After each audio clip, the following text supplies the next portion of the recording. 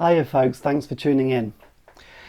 In his seminal book The Republic, written around 380 BC, Plato famously attacked fictional stories for undermining reason at the expense of the unseemly stimulation of emotion and the advancements of a mere imitation of knowledge. He saw no value in engaging with fiction when we have a real world to contend with. Since then, this seminal attack has shaped a lot of the subsequent debate around the moral consequences of art. This isn't only within the sphere of the academics.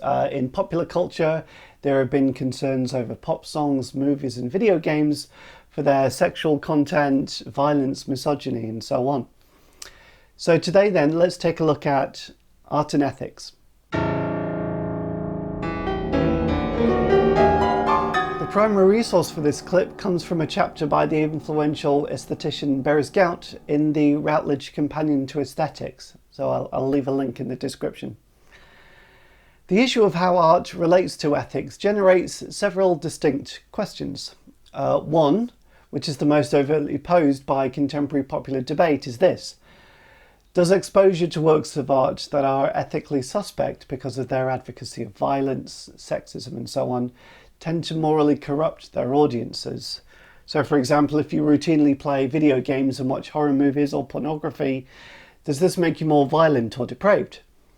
Philosophers aren't the best candidates to answer this question. Rather, psychologists are better equipped to answer it by running a series of studies.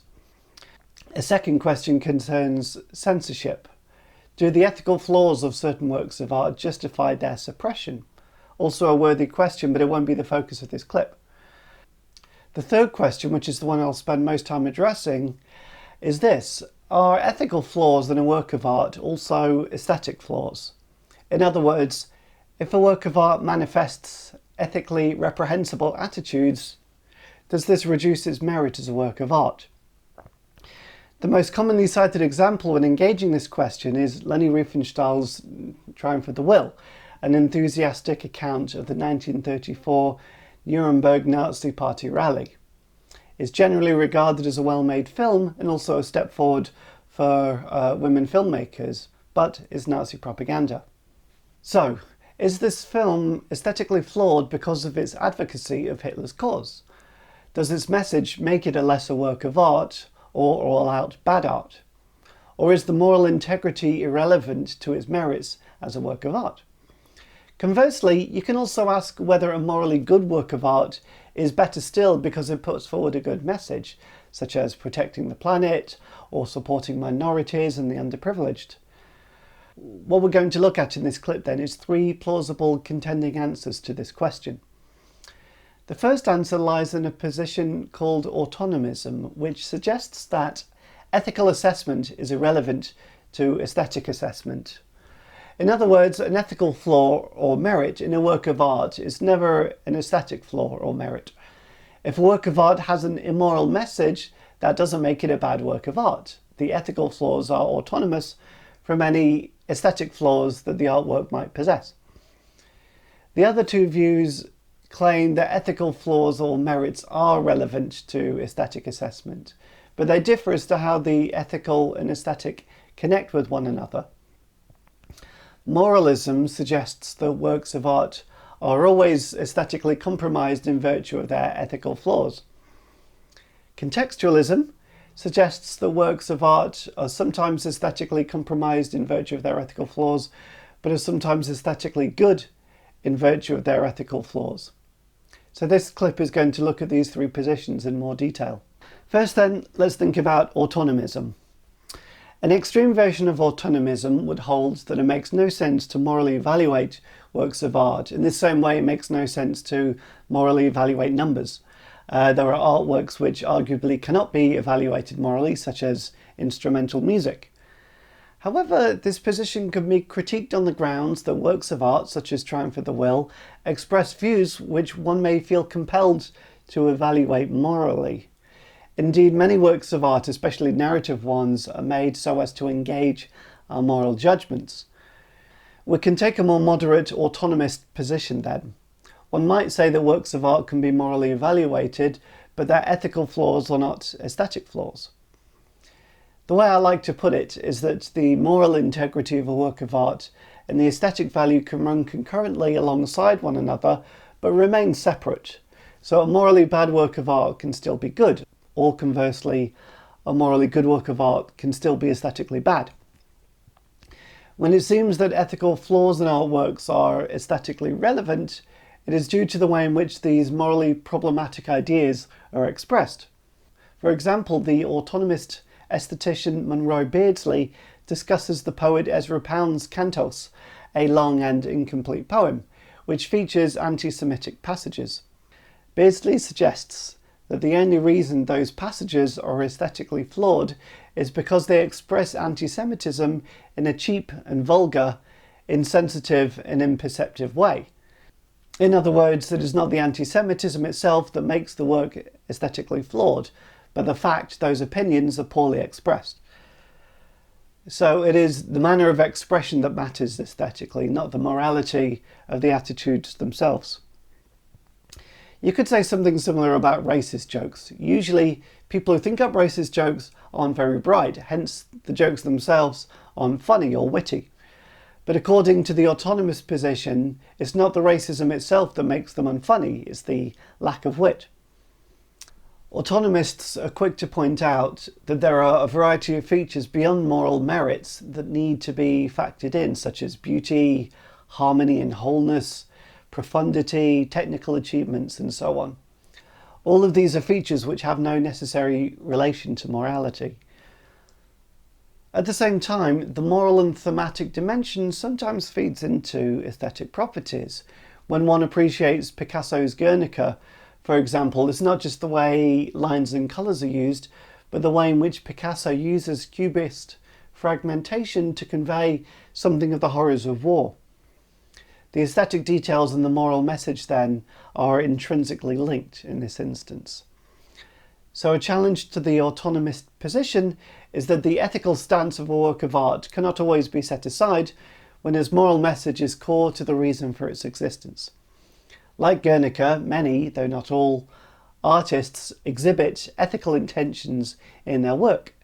So it would be near impossible to ignore the ethical dimensions of an artwork where the ethical position is intrinsically woven into it. Another challenge which the autonomist faces is that aesthetic judgments are laden with ethical evaluations. Works are often praised for their ethical considerations, their compassion, their moral insight, maturity, sensitivity, and so on. Critics also disparage inferior works for their gross insensitivity, their sadism or cruelty. So that's autonomism then. Next we can consider contextualism. Now, contextualism suggests that ethical flaws in works of art can sometimes, although not always, serve as aesthetic merits. Whether ethical flaws are aesthetic merits or defects can depend on the context in which they occur. So that's to say, some works of art are transgressive or subversive. The aesthetician Lawrence Hyman claims that there is often a tension or conflict between our aesthetic and ethical responses to works. An artwork's aesthetic power can act to undermine our moral values, and the moral resistance we feel can enhance the work's aesthetic value. We can connect this idea to characters like Tony Soprano or Walter White from The Sopranos and Breaking Bad. These characters commit a series of morally reprehensible acts in their respective TV shows, and the dramatic effect requires our moral disapproval. However, although the immorality of White and Soprano's attitudes are represented in the shows, it does not follow that these attitudes are being endorsed by the shows themselves.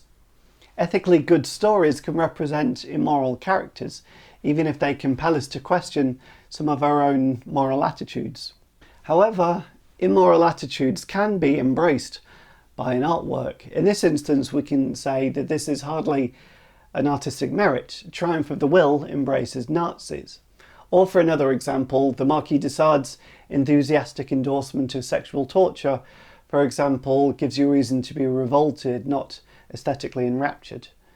Nonetheless, de Sade's literature is still remembered today, sometimes as great literature. A second argument for contextualism appeals not to transgression, but to inseparability. That is to say, some aesthetically good features of a work of art may depend on its moral flaws. Let's put it this way: if you were to think of a moral flaw in a work of art as an aesthetic flaw, this means that if you were to remove the moral flaw from the work somehow, this would aesthetically improve the work. Critics of this idea say that that can't be right. Like I said, some aesthetically good features of a work of art may depend on its moral flaws. Triumph of the Will, for example, isn't just considered great because of the formal beauty of its images, but because of the way the aesthetic accomplishments and the ideological flaws intermingle. Moral defects can be inseparable from a work's overall value. The same goes for the Marquis de Sade's literature. So neither Triumph of the Will or de Sade's writings would be remembered as clearly were it not for their moral flaws. It is also possible that you don't need to make as strong a claim as to say that if the work is morally flawed, it is a bad work of art. It might be that the work is bad insofar as it is morally flawed, but might still be a good work of art, all things considered. For a recent example, you could say that Game of Thrones was a great TV series insofar as it featured great acting, good writing, great special effects and cinematography, and so on. It's also morally good in some ways because it features a variety of well-written female characters, more than you usually get in a TV series. At the same time, it is also replete with gratuitous nudity and violence. The show condemns violence and the mistreatment of women, but it also wallows in them. So it's still a great TV show, but not without its flaws, some of which are moral flaws. You might even go a step further and say that some of the show's more sordid elements are what made it so compelling, and making it more morally righteous might have made it a lesser show. A third argument for contextualism draws on what is called aesthetic cognitivism. This is the idea that works are aesthetically good because they teach us something, they make us better people. This can be the case for stories which feature morally righteous characters who do good things, but it is also the case for stories which give us insight into the experience of people who are morally flawed. We imaginatively experience what it is like to be morally defective, thus deepening our understanding and appreciation of being good, or so the argument goes. This could be the case again with Walter White or Tony Soprano. Understanding immoral characters also deepens our understanding of what it is to be a good person. That's not to say that all stories with immoral protagonists teach us something morally positive. Rather, it depends on the position of the story itself, not the characters. Perhaps the character we should be really evaluating in order to more fully understand the moral integrity of a story is the author, not the protagonist. Finally then, we can consider the third position I'm going to outline, which is called moralism. Moralism suggests that if a work of art is ethically flawed, this is also an aesthetic flaw. Contemporary defenders of moralism, Berys Gaut notes, reject the extreme version of this position and do more moderate. It is sometimes referred to then as moderate moralism or ethicism. Ethicism then would hold that a work of art is always aesthetically flawed insofar as it possesses an ethical flaw that is aesthetically relevant. There are two main arguments one can make when defending this position. The first appeals to the fact that works of art can teach us moral truths. Art is one of the sources of moral knowledge.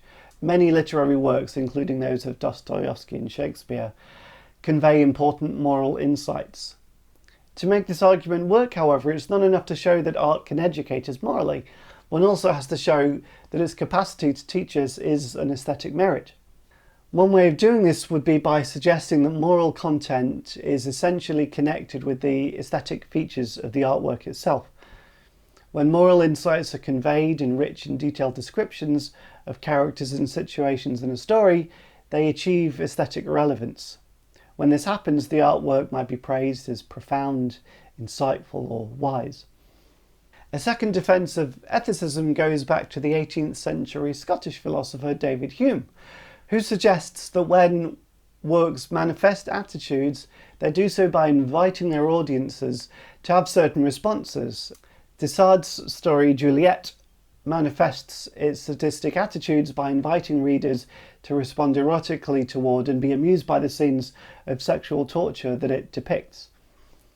This is called a merited response. It primes the audience to respond to the material in a particular way.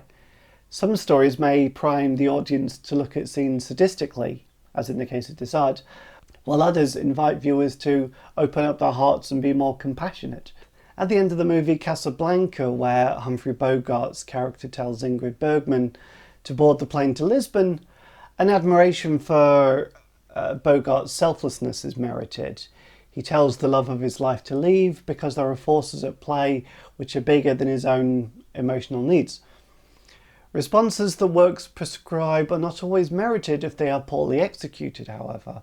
For instance, a horror film invites us to be horrified by the events it recounts, but if those events are ineptly presented, they may merit amusement, not horror. The same goes if a scene prescribes a feeling of tragedy or sympathy, but instead merits comic amusement because of the dubious acting.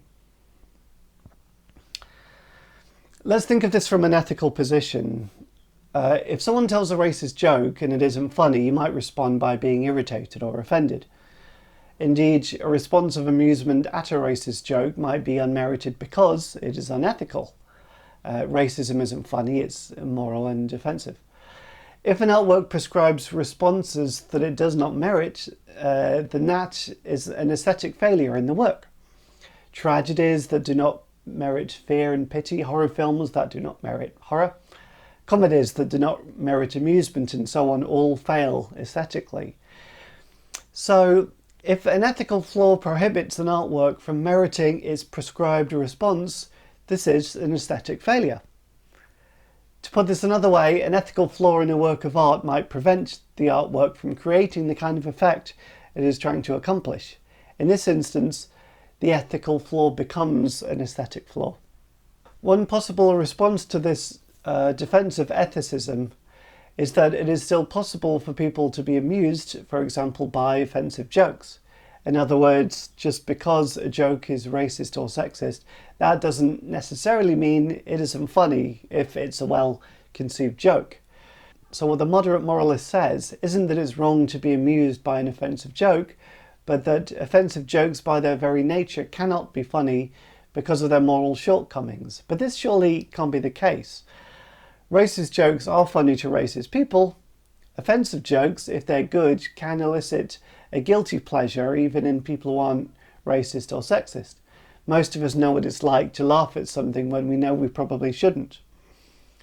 In any case, just to reiterate, the ethicist believes that a range of ways in which we respond to a work of art depends on our moral responses beyond humour. This is the crucial claim to which the ethicist appeals. Aside from comical amusement, the response of pleasure in an audience is also an ethical consideration. If an artwork primes us to find pleasure in violence, this is an ethical flaw, as in the case of most action movies, as the case may be.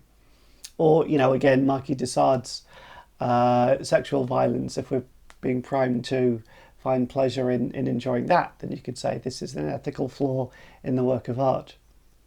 Another criticism of moderate moralism or ethicism is that some jokes or works of satire are funny precisely because they are offensive or cruel. In a sense, the entire genre of satire rests on reprehensible attitudes. As in the case of a show like South Park, we might laugh at something because we're amazed the creators would have the audacity to do what they just did. That said, satirists themselves are usually highly moral, actually condemning what they consider to be the moral failings of their targets. Finally, one should distinguish between whether a work merely invites us to imagine adopting an immoral attitude, which implies no moral failing, and whether it actually adopts that attitude, which does imply a moral failing. For example, the movie Downfall invites you to contemplate what it was like to be a Nazi during the final days of World War II, whereas Triumph of the Will invites you to actually adopt the values of a Nazi.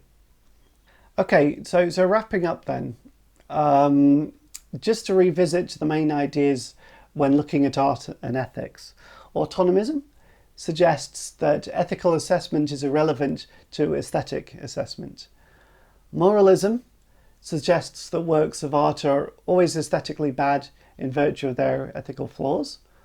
Moderate moralism, or otherwise known as ethicism, suggests that a work of art is always aesthetically flawed insofar as it possesses an ethical flaw, and that is aesthetically relevant, so it's not quite as absolutist as moralism.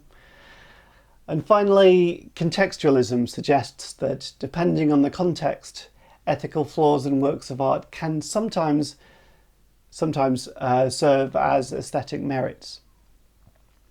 Each position brings something worthwhile to the table, I think, and can be illustrated with suitable examples. How they all fit with one another and whether they're compatible will have to be considered another time.